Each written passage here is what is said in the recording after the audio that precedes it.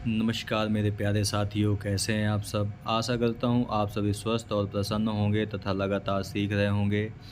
मैं Prem, assistant professor, PSMPG college, geography department Kannauj, आपका स्वागत करता हूँ अपने YouTube channel @learn geography with Prem में।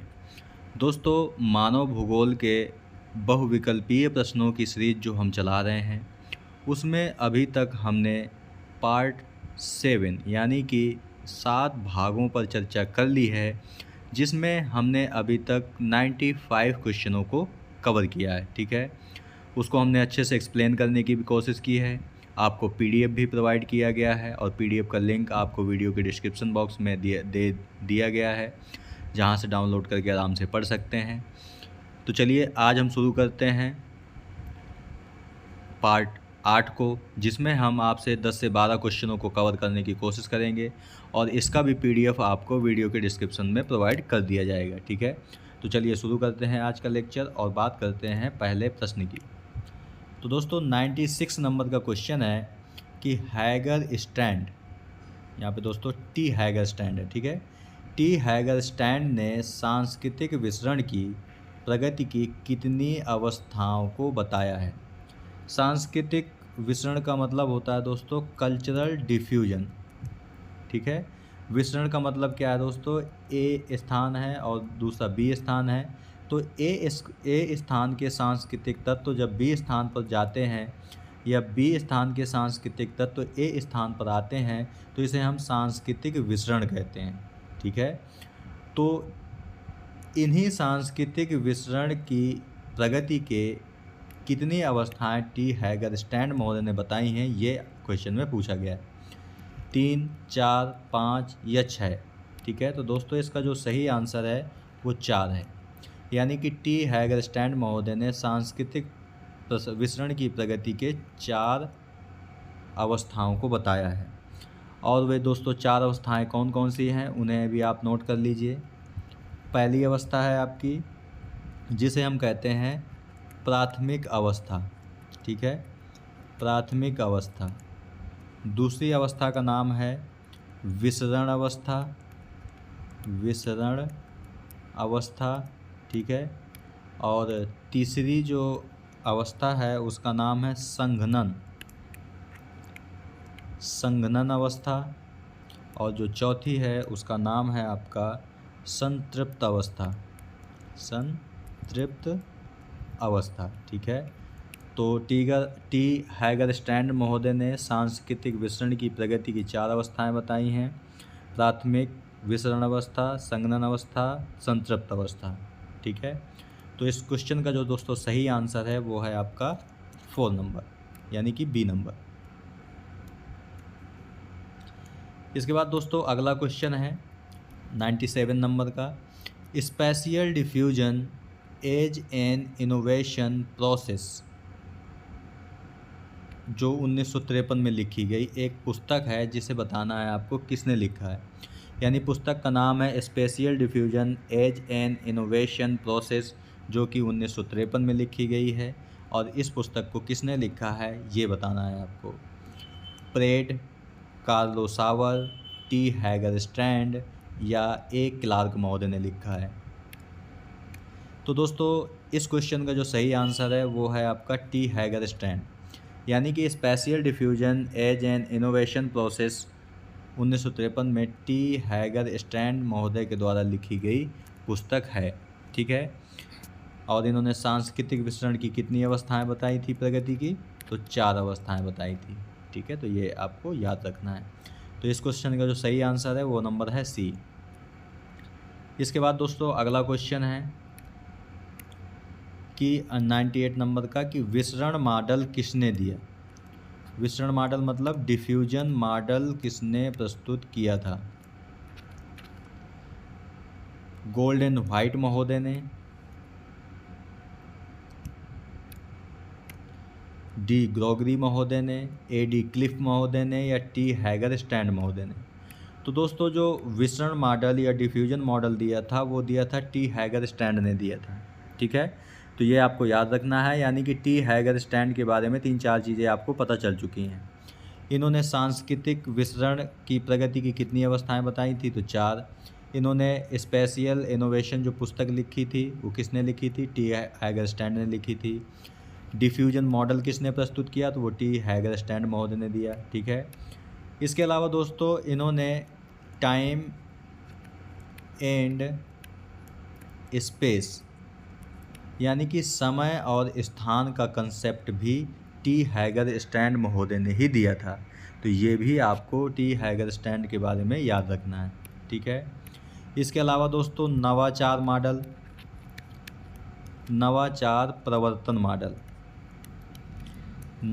प्रवर्तन मॉडल भी टी हैगरस्टैंड महोदय ने दिया था।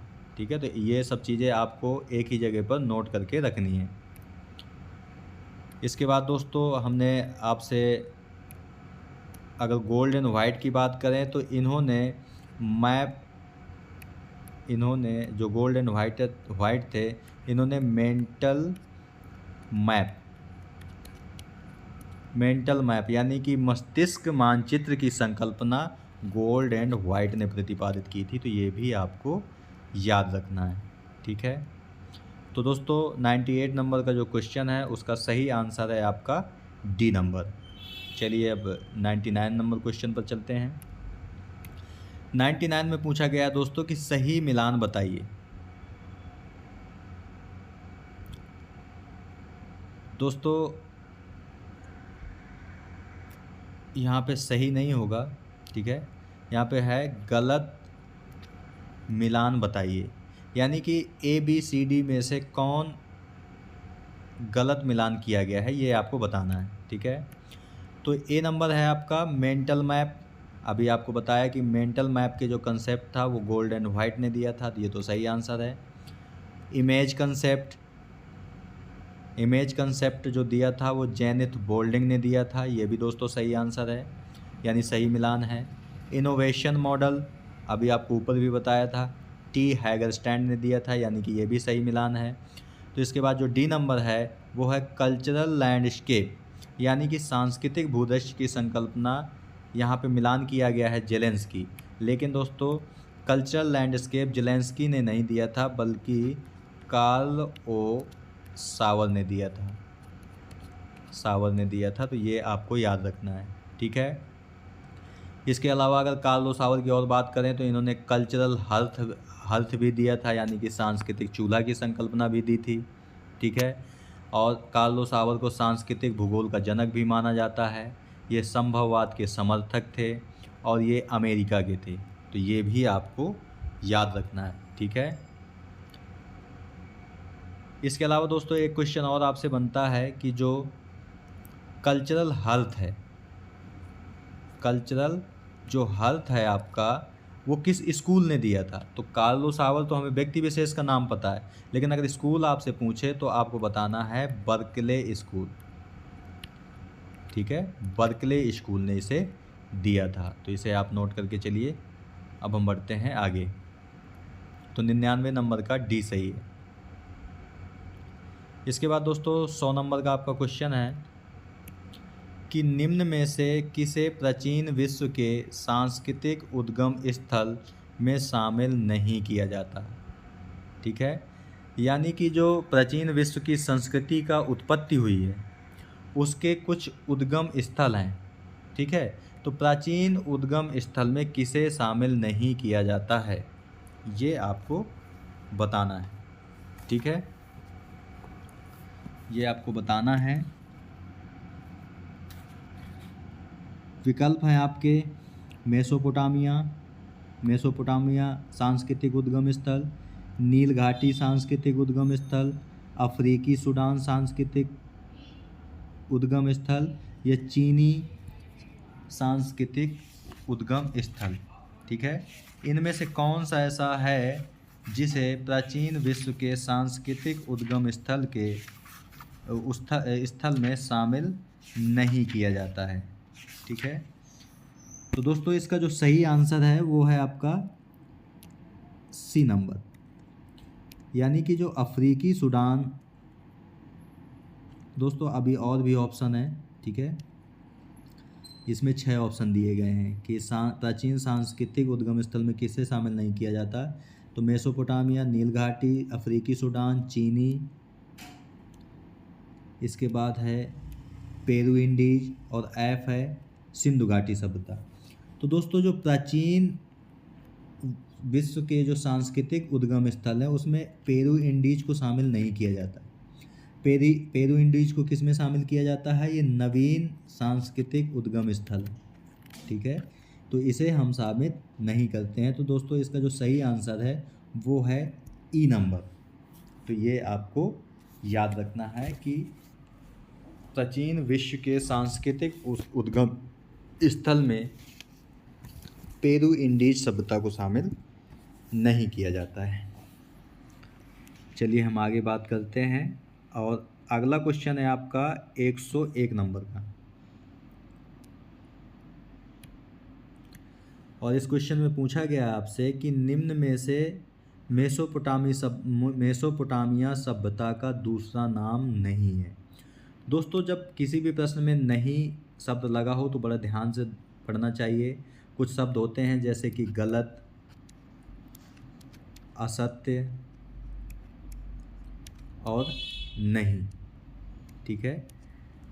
तो मेसोपोटामिया सभ्यता का दूसरा नाम नहीं है, यानी कि और भी मेसोपोटामिया सभ्यता के दूसरे नाम हैं जैसे सुमेरियन की सभ्यता, इजियन सभ्यता, बेबीलोनियन की सभ्यता, कैलेडियन सभ्यता। तो इन चारों में से कौन ऐसा नाम है जो मेसोपोटामिया सभ्यता का नहीं है? तो दोस्तों जो इजियन सभ्यता है यह मेसोपोटामिया सभ्यता का दूसरा नाम नहीं है, ठीक है। इसके अलावा जो मेसोपोटामिया सभ्यता है उसका सुमेरियन सभ्यता भी कहते हैं, बेबीलोनियन सभ्यता भी कहते हैं और कैलेडोनियन सभ्यता भी कहते हैं, ठीक है। जो दोस्तों मेसोपोटामिया की सभ्यता है यह इस सभ्यता का जो विकास है वो दो नदियों के मध्य हुआ है। उन नदियों का नाम क्या है? दजला और फरात नदियाँ, ठीक है। दजला और फरात नदियाँ जो कि इराक में बहती हैं और इनके मध्य जिस सभ्यता का विकास हुआ है उसे हम कहते हैं मेसोपोटामिया की सभ्यता, ठीक है। तो 101 नंबर का जो प्रश्न है उसका जो सही आंसर है वो है आपका बी नंबर, ठीक है। इसके बाद दोस्तों अगला क्वेश्चन है आपका कि 102 नंबर का है कि किस सभ्यता को नील नदी का वरदान भी कहा जाता है, ठीक है। यानी ऐसी कौन सी सभ्यता है जिसे नील नदी का वरदान कहा जाता है? अगर दोस्तों हम नील नदी के बारे में बात करें तो आपको पता है कि विश्व की जो सबसे लंबी नदी है वो कौन सी है? वो नील नदी ही है, ठीक है। नील नदी विश्व की सबसे लंबी नदी है और नील नदी का जो विकास हुआ है वो नीली नील और सफ़ेद नील, नीली नील और सफ़ेद नील के मिलने से हुआ है। और जो नील नदी है ये किस सागर में गिरती है? तो ये आपकी गिरती है दोस्तों भूमध्य सागर में, ठीक है।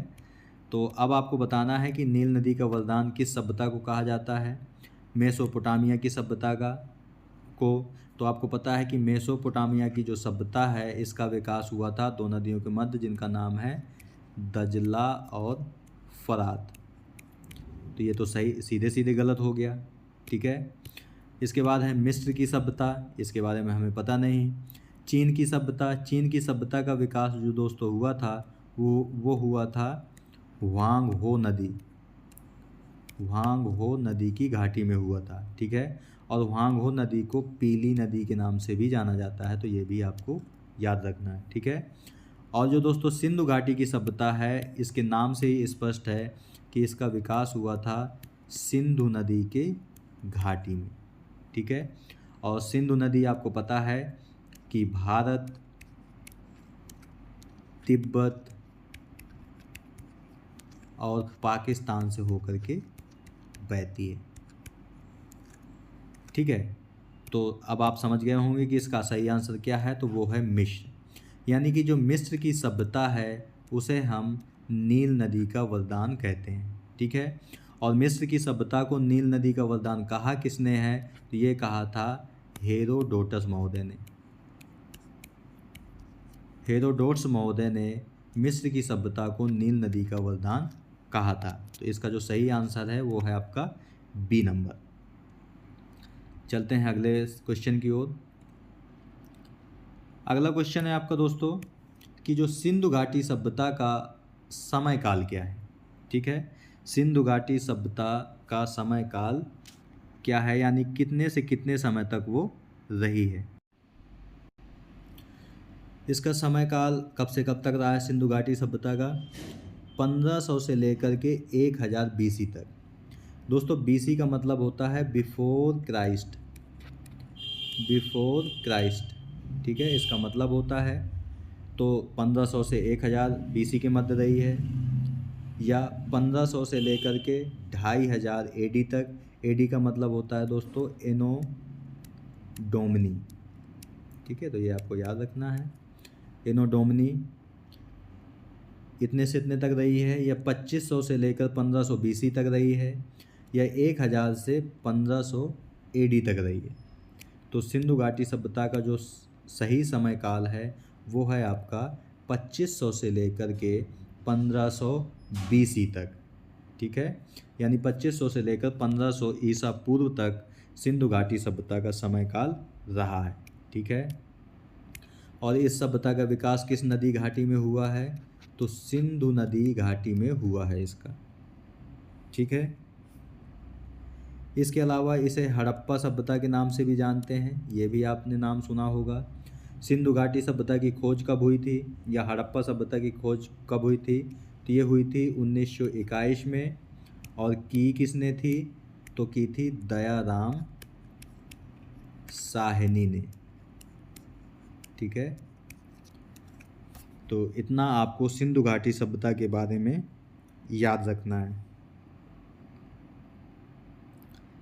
इसके बाद दोस्तों इस क्वेश्चन का जो सही आंसर है वो सी नंबर है। इसके बाद दोस्तों अगला प्रश्न है आपका 104 नंबर कि स्पेंसर एवं थॉमस महोदय ने, किन्होंने? स्पेंसर और थॉमस महोदय ने विश्व को 1969 में कितने सांस्कृतिक परिमंडलों में विभाजित किया? परिमंडल का दोस्तों मतलब होता है रीम्स। ठीक है, तो स्पेंसर और थॉमस महोदय ने विश्व को 1969 में कितने सांस्कृतिक परिमंडलों में विभाजित किया था? 11, 12, 13 या 14 भागों में? तो दोस्तों इन्होंने विभाजित किया था 11 भागों में। विश्व को स्पेंसर और थॉमस महोदय ने 11 भागों में विभाजित किया था। ठीक है, और वो दोस्तों 11 भाग कौन कौन से थे? नाम आप सुन लीजिए, नोट भी कर सकते हैं आप। पहला है ध्रुवीय परिमंडल, दूसरा यूरोपीय परिमंडल, तीसरा अमेरिकी परिमंडल, चौथा मध्य अमेरिकी परिमंडल, पांचवा शुष्क परिमंडल, छठवां नीग्रो परिमंडल, नंबर 7 भारतीय परिमंडल, नंबर 8 सिनेटिक या चीनी परिमंडल, 9 मलेशियाई परिमंडल, 10 ऑस्ट्रेलियाई परिमंडल, और 11वां प्रशांत परिमंडल। यानी कि थॉमस और स्पेंसर महोदय ने विश्व को 11 परिमंडलों में विभाजित किया है। ठीक है, और किस पुस्तक में अगर आपसे कोई पूछे तो इनकी पुस्तक का नाम था कल्चरल जियोग्राफी। ठीक है, इन्होंने कल्चरल जियोग्राफी पुस्तक में 1969 में स्पेंसर और थॉमस महोदय ने विश्व को 11 भागों में विभाजित किया, और 11 आपको परिमंडल बताए गए हैं जिसे आप नोट करके रख सकते हैं। जो इसका सही आंसर है दोस्तों वो है ए नंबर। इसके बाद दोस्तों 5वां क्वेश्चन है आपका कि किस संस्कृति को इंका संस्कृति के नाम से भी जाना जाता है? ठीक है, एक ऐसी संस्कृति है जिसे इंका संस्कृति के नाम से जाना जाता है, उसको नाम बताना है आपको। ऑप्शन ए है मेसोपोटामिया की सभ्यता, बी है मिस्र की सभ्यता। दोस्तों अगर हम इसी की बात करें तो मेसोपोटामिया सभ्यता को आपको तीन नाम और भी बताए थे, सुमेरियन की सभ्यता, बेबीलोनियन की सभ्यता और कैलेडोनियन की सभ्यता। तो ये तो आपका गलत है आंसर। मिस्र की सभ्यता, मिस्र की संस्कृति या सभ्यता को हमने नील नदी की वरदान की सभ्यता के नाम से जाना जाता है, यानी कि ये भी विकल्प आपका गलत है। ठीक है। इसके बाद है दोस्तों चीनी संस्कृति। चीनी संस्कृति को सिनेटिक क्या नाम देते हैं? सिनेटिक संस्कृति या ह्वांग हो संस्कृति। ठीक है, तो ये भी आपका ऑप्शन गलत है, यानी कि अब एक ही ऑप्शन बचता है पेरू और इंडीज। तो पेरू इंडीज जो संस्कृति है या सभ्यता है, इसे ही हम इंका संस्कृति के नाम से या इंका सभ्यता के नाम से जानते हैं। तो ये आपको याद रखना है। ठीक है। और जो दोस्तों पेरू की सभ्यता है, ये पाई कहाँ जाती है? ये दक्षिण अमेरिका में पाई जाती है। दक्षिण अमेरिका जो महाद्वीप है, वहाँ पर एक देश पड़ता है पेरू, उसमें ही इस सभ्यता का विकास हुआ है। ठीक है।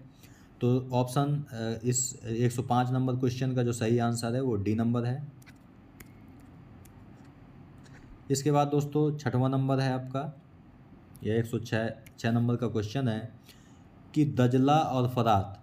दोस्तों दजला को टिग्रिस बोलते हैं और फरात को यूफ्रेट्स बोलते हैं। ठीक है, इन नदियों के नाम हैं। दजला और फरात यानी कि टिग्रिस और जो यूफ्रेट्स नदियां हैं, उनके मध्य किस सभ्यता का विकास हुआ था? ये आपको कई बार दोस्तों बताया अभी हमने। दोस्तों सिंधु घाटी जो सभ्यता है, इसका विकास किन नदियों के मध्य हुआ? तो ये किस नदी में हुआ? तो सिंधु नदी में हुआ।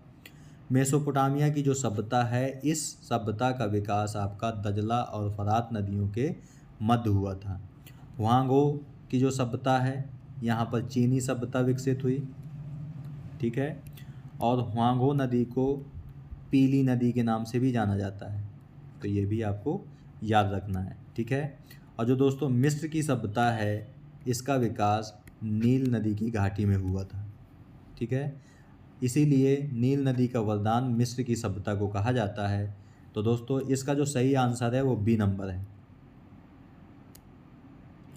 इसका जो सही आंसर है वो बी नंबर है, यानी कि दजला और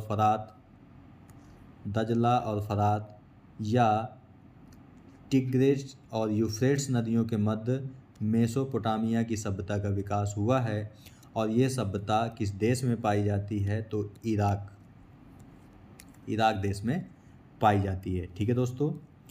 तो दोस्तों आज के वीडियो में यहीं तक। आज के पार्ट 8 में हमने 12 क्वेश्चनों को कवर किया है। ठीक है, और इसका एक्सप्लेनेशन भी हमने पूर्णतः कोशिश की है कि अच्छे से करें, ताकि आने वाले एग्ज़ाम में आपकी मदद हो। ठीक है।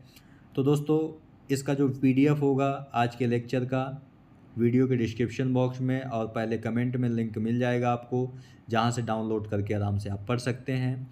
दोस्तों हम आपसे बार बार कह रहे हैं कि जो हम एक्सप्लेनेशन आपको दे रहे हैं उसे आप नोट करते हुए चलिए।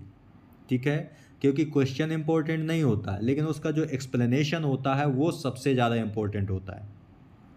तो उसे आप नोट करते हुए चलिए और बार बार रिवीजन कीजिए। PDF का लिंक डाउनलोड कर लीजिए और क्वेश्चनों को हल कीजिए और खुद से भी एक्सप्लेनेशन को रिवाइज कीजिए। ठीक है, तब आपको ये सारे क्वेश्चन तैयार करने में आसानी होगी। ठीक है, तो दोस्तों PDF आपको मिल जाएगा। मिलते हैं आपसे नेक्स्ट वीडियो में कुछ अन्य मानव भूगोल के बहुविकल्पीय प्रश्नों के साथ। तब तक के लिए नमस्कार। आप प्रसन्न रहिए, खुश रहिए, मुस्कुराते रहिए और लगातार सीखते रहिए, कभी अपने लिए तो कभी अपनों के लिए। धन्यवाद। जय हिंद दोस्तों।